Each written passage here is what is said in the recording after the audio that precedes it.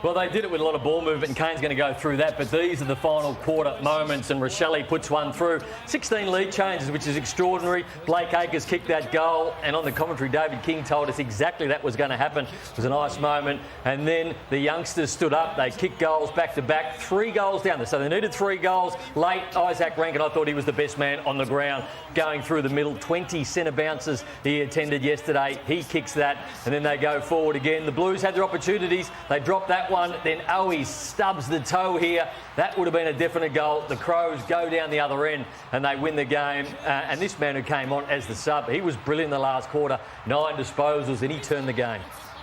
So their ball movement, as you mentioned, Brownie, was completely different to anything that we've seen from Adelaide this year. They were playing slow, boring, wide, lateral rubbish. This is the first minute of the game. There's Ben Keys coming up as a high half forward. There's Fogarty on the other side. Look at the run. Look at the spread. We saw Rankin start on ball. We worked hard back.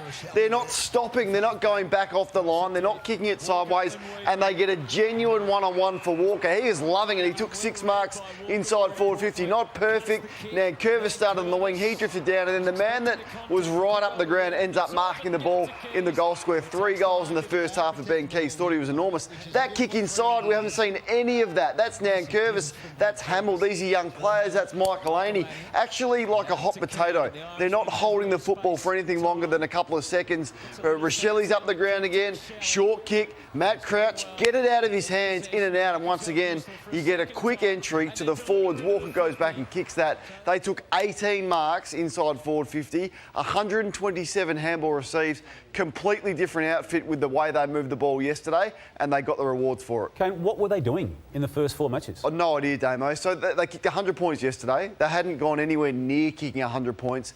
Their forwards have been out of form, but you can't blame them because there was none of that. So but this was more the style that nearly got them to the 8 last year. 100%. High marks inside forward 50, high scoring team, high octane. Yep, they kicked accurately. So 16-4 yesterday was probably the difference in the game, but it's a much more fun and enjoyable way to play football that way than what we saw last week against Melbourne and the previous week against Freo. Have you got concerns about Carlton now that you've seen them lose their first game? Well, I do, because a couple of big injuries, and let's look at their fixture coming up. So we're going to learn a lot about the Blues coming up. GWS, the best team in it, then Geelong, then Collingwood, then Melbourne, then Sydney, and then Gold Coast. So you go, okay, that's a big one to drop yesterday in a game that they should not have dropped. They could have gone 5-0.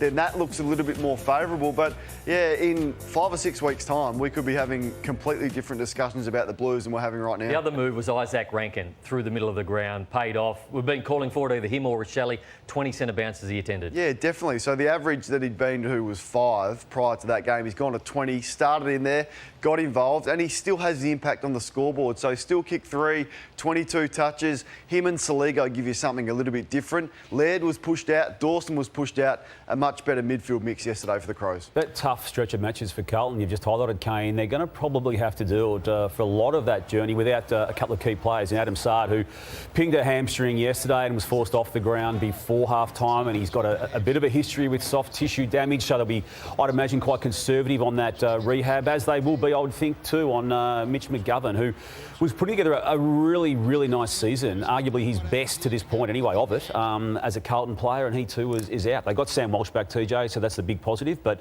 those 2 guys will be out for some time. He was terrific. Yeah. I mean, as comebacks go, they don't get any better than that, do they? Honestly, he's done, I think, 13 tackles, 9 clearances, 34 touches. Yeah.